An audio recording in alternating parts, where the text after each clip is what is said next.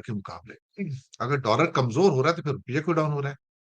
वैसे अगर रुपये का अगर आपको रियल रेट देखना हो तो आप बाकी करेंसीज देख लीजिए, यूरो, पाउंड स्टर्लिंग के, उसके मुकाबले हम एक साल में कितना डूबे हैं। ऑलमोस्ट 10 से 15% डूबे, हम सब नीचे आए हैं कैनेडियन डॉलर, ऑस्ट्रेलियन डॉलर के मुकाबले। तो हम कमजोर क्यों हो रहे हैं? हम सिर्फ डॉलर के मुकाबले क्यों बात करते हैं? और कुछ तो विश्लेषक यहाँ तक कह रहे हैं कि डॉलर क्रैश हो गया, डॉलर खत्म हो गया, डॉलर का जमाना भी खत्म हो गया। मैंने कहा यार, अभी से मैयत मत पढ़ो यार, अभी डॉलर खत्म नहीं हुआ, अभी डॉलर चल रहा है और 50 साल और चलेगा। 50 साल तक कोई नई व्यवस्था आएगी तब की तब देखेंगे। एकदम से आप किसी को डेड करार मत कर दिया करो। अब रुपए की बुरी हालत देख के आरबीआई के अंदर एक विचार और चल रहा है, वो अंदर की खबर बताता हूँ आज मैं। वो ये है कि हम रुपए को डीवैल्यू कर दें। तो उससे क्या है कि अगर हमारे ऊपर हाई टैरिफ यूरो के द्वारा या अमेरिका के द्वारा आ जाए तो हम 10 से 15% इसको डीवैल्यू कर देते हैं, तो हम कॉम्पिटिटिव हो पाएंगे। और पहले भी रुपये का डिवैल्यूएशन हुआ है, ऐसी बात नहीं है। और ये एक नोन प्रिंसिपल रहा है कई देशों के अंदर कि अपने आप को कॉम्पिटिटिव बनाने के लिए वो डिवैल्यू करते हैं। पर मेरा कहने का मतलब ये था कि जब तक हम टेक्नोलॉजी में आगे नहीं बढ़ेंगे, इनोवेशन में, रिसर्च में आगे नहीं बढ़ेंगे, हम बदलते परिवेश में हम कुछ नहीं कर पाएंगे। और अभी वो समय नहीं आया कि आप यूएस से डी लिंक हो जाओ। अभी उसको आप, कल पीयूष गोयल ने एक शब्द कहा कि हम अपनी शर्तों पर डील करेंगे, हम कोई डेडलाइन भी स्वीकार नहीं करेंगे। आज फिर एक नया स्टेटमेंट आता है पीयूष गोयल का, कहते हैं हमें उम्मीद है कि हम नवंबर तक हम कोई ना कोई डील साइन कर लेंगे।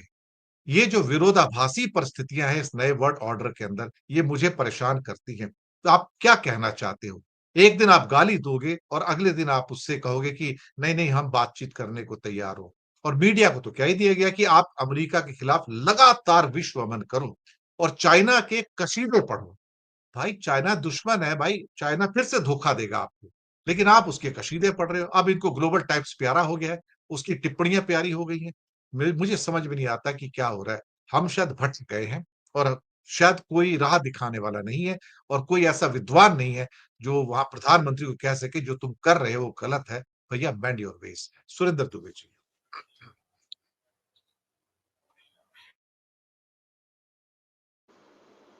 दिनेश जी, हम लोग काफी समय से डिस्कस कर रहे हैं कि जो वर्ल्ड ऑर्डर है उसके ऑर्डर से हम क्यों नहीं चल रहे। देखिए, हर सत्ता की अपनी प्राथमिकताएं हैं।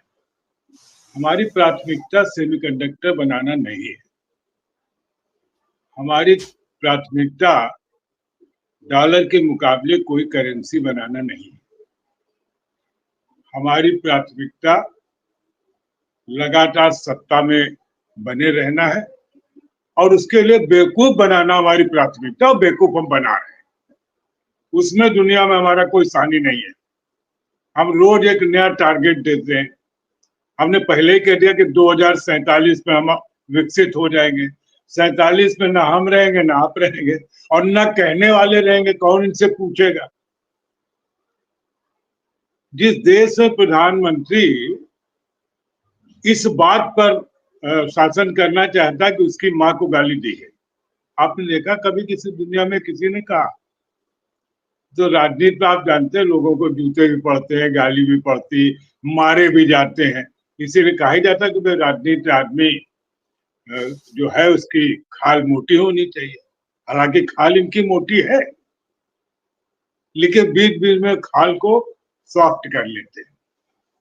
इनको कहा सेमीकंडक्टर, अभी आपने बड़ी कुशलता समझाया कि किस वृत्त की वो सेमीकंडक्टर होनी चाहिए, इनको बनाने नहीं। हम आप चिंतित थे कि चाइना से क्या लाएंगे। ये चाइना में हमारा देश इसलिए चिंतित था कि इनकी फोटो कैसे आएगी अखबारों। ये दिखाने हमारा मीडिया लगा रहा दिन भर कि देखिए हंस रहे हैं, मुस्कुरा रहे हैं कि नहीं मुस्कुरा रहे हैं। हमने भी उसमें एक टिप्पणी की, बीच बीच में कई जगह म्यूट था वीडियो। हमने कहा म्यूट इसलिए कि इस समय हमारे मोदी जी शी जिनपिंग और पुतिन को बता रहे कि रुको, मेरी माँ की गाली दी गई मुझे, तुम सब लोगों को बताया देगा और मैं लौट के जा रहा हूँ। कोई दिक्कत हो तो तुम सब हमारे साथ खड़े रहना, मैं राहुल गांधी को निपटा दूंगा। हमारी प्रायोरिटीज अलग है, कोई हमें चिंता नहीं है। हम तो तमाम लोग कहते हैं, हमने कहा भाई क्यों आप सरकार से नौकरी मांग रहे हैं, आपने इनको वोट किस लिए दिया? मंदिर वहीं बनाएंगे, बना दिया मंदिर, मंदिर के सामने सड़क बना दी बढ़िया बढ़िया, फूल पौधों की दुकान बना दी, फूल बेचिए, भीख मांगिए, केला बेचिए, थोड़ी बहुत दुकान कर लिए, जो आपने मांगा हमने दे दिया। अब आप कह रहे उनका उनका ध्यान इस पर है कि जो उसकी किताबें हैं हाई स्कूल इंटर की, सीबीएसई बोर्ड सब जगह, उसे पाठ्यक्रम कैसे बदला जाए, कैसे उसमें बताया जाए कि सावरकर इस देश की असली हिंदू नेता थे, और अगर ये एक लंबे समय रह गए तो फिर उसमें यह भी लिख जाएगा कि नहीं, गांधी जी को जो मारा, गांधी जी ने बहुत बदतमीजी की थी तब उसने मारा, वो जो गोलवलकर था, क्या नाम था उसका मैं भूल रहा हूँ, जितने गोली मारी, नाथूराम गोडसे। हाँ, नाथूराम गोडसे, यस। भाई उन्हीं को लिखना है ना। आपको याद हो एक बार बहुत चर्चा चली, बाद में वो योजना इंदिरा गांधी ने खत्म कर दी, टाइम कैप्सूल बनाने की, कि हम उसमें ऐसा इतिहास लिख देंगे कि जैसा हम चाहेंगे पढ़ेंगे। क्योंकि बाद में इंदिरा जी समझ में आया कि भाई तो कुएं में बहुत चीजें पड़ी हैं, हम वो एक टाइम कैप्सूल बना के कहाँ कहाँ डाल देंगे जो हमारे हिसाब से इतिहास पढ़ा जाएगा। हमारी प्रायोरिटीज अलग है, आप ठीक कह रहे हैं। और जिस दुनिया में आज हम रह रहे हैं, अब दुनिया एक गांव है, आप अकेले नहीं रह सकते, आपको दूसरे से सहयोग लेना है और दूसरे को सहयोग देना है, और ये तय करना कि भाई हमारे लिए क्या फायदेमंद है, हमारे बच्चों के लिए क्या फायदेमंद है। अब जो बिजनेस की बात है वो हर दूसरे रोज निकलता है कि नहीं, वो एक दिन छपता है अखबार में कि अमेरिका से निर्यात जो बंद हो जाए, इससे हमारे पर कोई फर्क नहीं पड़ेगा। दूसरे दिन छप जाता है कि नहीं, फर्क पड़ेगा और फला फला चीजों में हमारा निर्यात खत्म हो जाएगा। क्या हमारे प्रधानमंत्री जी लौटे चीन से तो उन्होंने इस देश की जनता से कहा कि देखो हम सब बड़े संकट में हैं, आओ बैठ के हम लोग तय करें कि कैसे हम निर्यात की स्थिति से निपट सकते। कहते हैं वैकल्पिक, अरे भाई वैकल्पिक मार्केट ऐसा थोड़ी है कि दिल्ली में निकल गए, कहने गए कराट प्लेस में नहीं मिल रहा तो करोल बाग से ले आएंगे जाकर, उसको बनाने में टाइम लगता है। और उस वैकल्पिक मार्केट को आप कैसे बना लेंगे? अमेरिका आपको करने देगा? उसकी दादागिरी चलती है दुनिया में। आप खरीद किसी जगह एक्सपोर्ट करके देखिए, वो उसके ऊपर सैंक्शन लगा देगा, और ऐसा कर रहा है वो, इन्हें इंडिया का तुम कोई सामान नहीं खरीदो, तो क्या करेंगे आप? चाइना, उससे हमने दोस्ती करने की कोशिश की, हालांकि दोस्ती उससे कुछ हुई नहीं। उसी प्रेस ने यह नहीं दिखाया कि आतंकवाद के मुद्दे पर पाकिस्तान के प्रधानमंत्री ने क्या कहा। शहबाज शरीफ ने वो क्या कहते हैं, वो कौन सा जहाँ ट्रेन एक्सीडेंट बम धमाका होगा, उसका सब उल्लेख किया कि हम असली पीड़ित, जाफर एक्सप्रेस, हाँ, हाँ, कि हम असली पीड़ित हैं।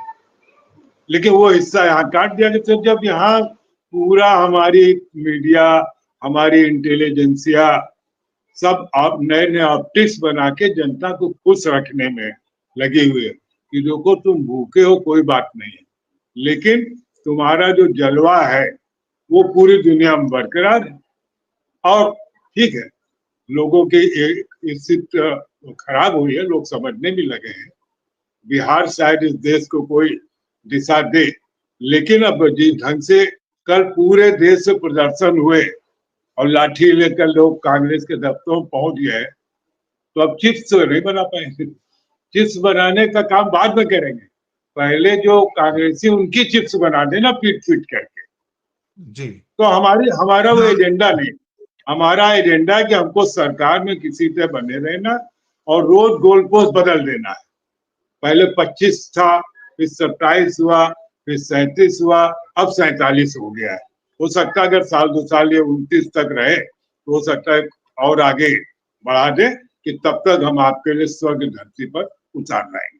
जी।